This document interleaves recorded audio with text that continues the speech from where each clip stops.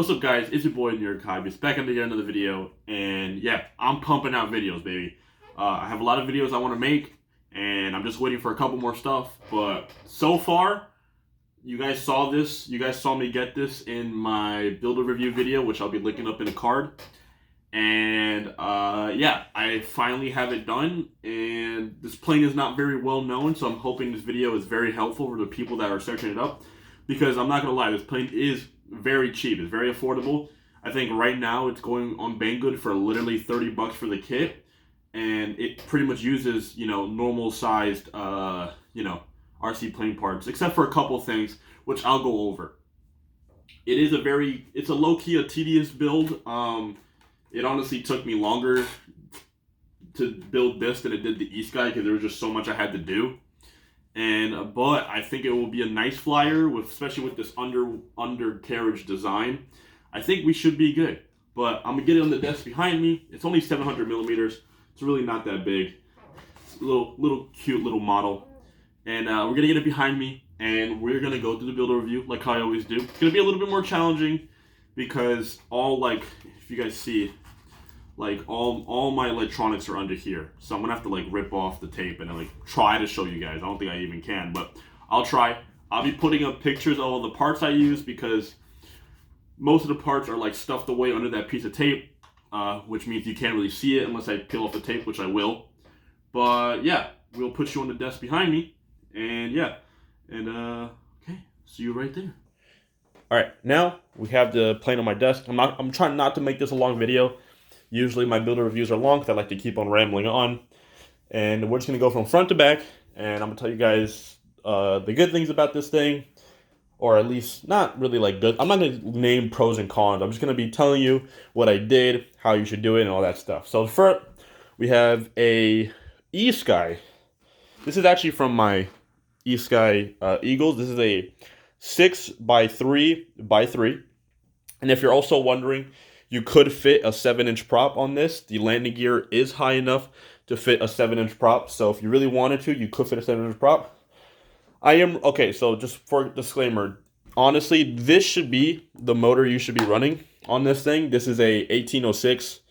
If the video 1806, it doesn't matter what KV really. As long as it's 1806, the same motor that's on my wing should be on the front of this plane. But I have a ginormous motor that I would usually use on a plane like that, or even on a plane like that.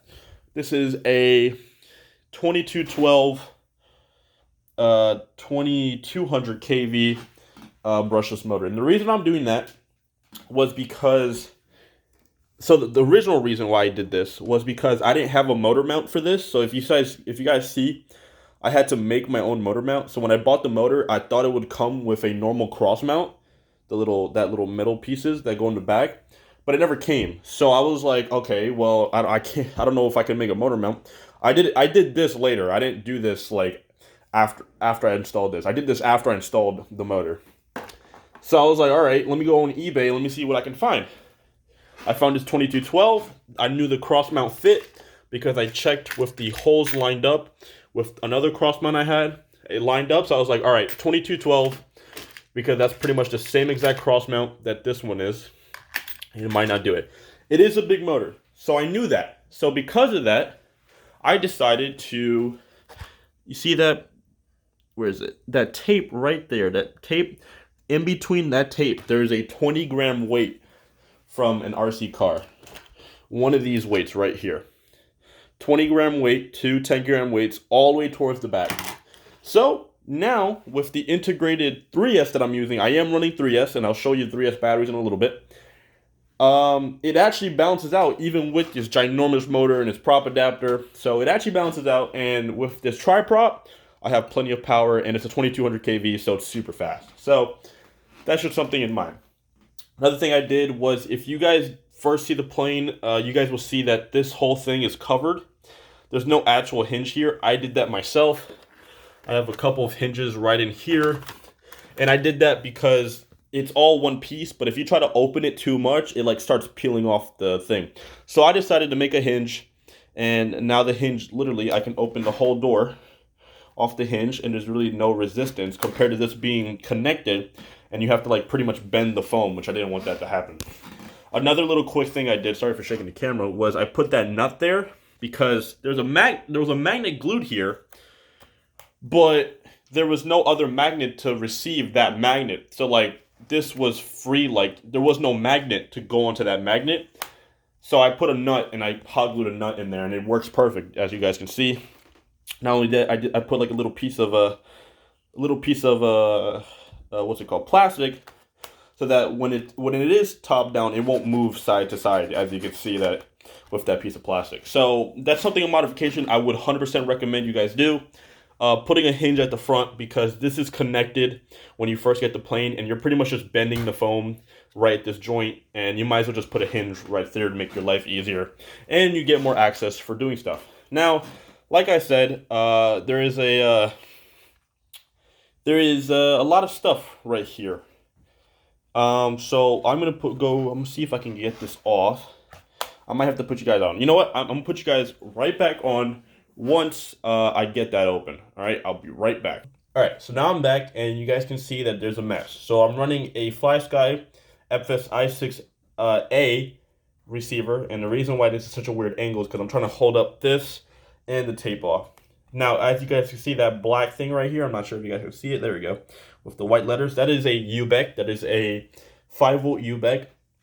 And then under everything, you can probably see right there where the ESC starts. That is a 20 amp helicopter ESC that I'll be putting on the screen right now. And that is a 20 amp helicopter ESC that I got off of AliExpress. So I've managed to bunch that up very well. Now, the thing is you have to do to even be able to do this, is the two servos. I can actually lift this down. The two servos in the front, because they come with long wires like these, right? You have to shorten them, because the two servos come in the front and the wires literally come through a hole in the back right over there. You see where you see where this is? The wires come right back there. So because of that, you have to shorten them. That's what I did. But for the servos on the bottom of the plane, you don't have to shorten them, because by the time that they get up to the fuselage, they're already shortened enough that you can just stuff them. So yeah, it is a giant mess, and I wanted it to be clean. All my planes have clean builds, and I don't know why my phone is so out of focus. Hold on, give me a second. All my planes have clean builds, and I wanted this to be no different. So it was hard, but I managed to do it. So I'll be right back one more time as I close this up, and I also get my 3S battery. Okay, now that I'm back, I'm sorry guys, this is such a hard video to film because it's just such a small plane. But these are the lipos I am using. I am using 3S 800 milliamp 25C lipos, if the camera will focus, from Zop, that I've waited over a month for from Banggood, because for some reason Banggood and their lipos never have Banggood Express shipping. So like I said, you have to shorten these two front servos just to have the the bunched up setup. And not only that, a smaller receiver would help. But, you know, FlySky is not really like FreeSky or all that stuff. So you can't really get like a mini receiver like that.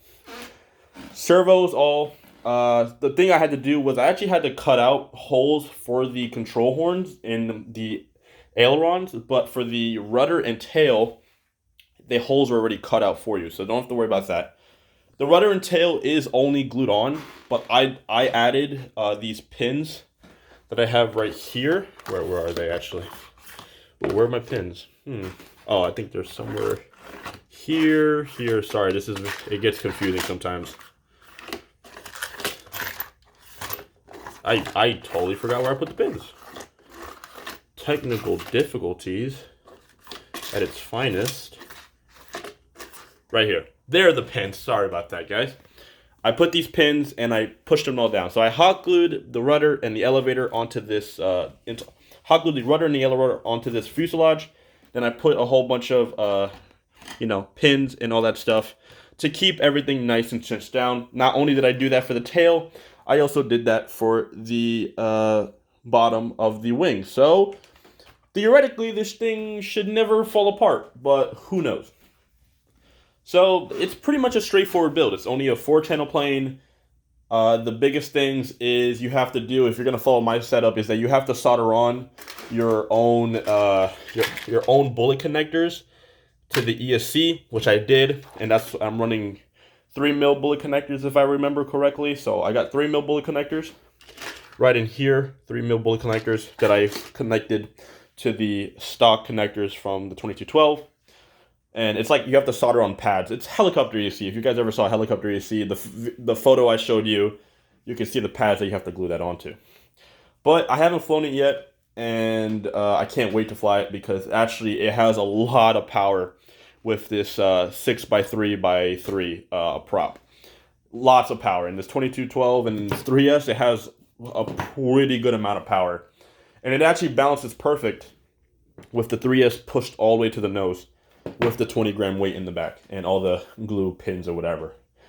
I guess one more thing to say is you need to have these glued in, these little pins on each side. You need to have those glued in. These have to be on the rods because these rods are very flimsy, and without that, they're gonna bend if you try to move stuff. So you need these. They come in a kit, so you don't have to worry about them. This one kind of broke off on me by accident. I don't know how it did, but I guess when I was taking it off, but it won't come off during flight. But you need these. You need these little pins. I promise you, you need them really badly. But that's pretty much it, guys. Very quick. Nothing crazy.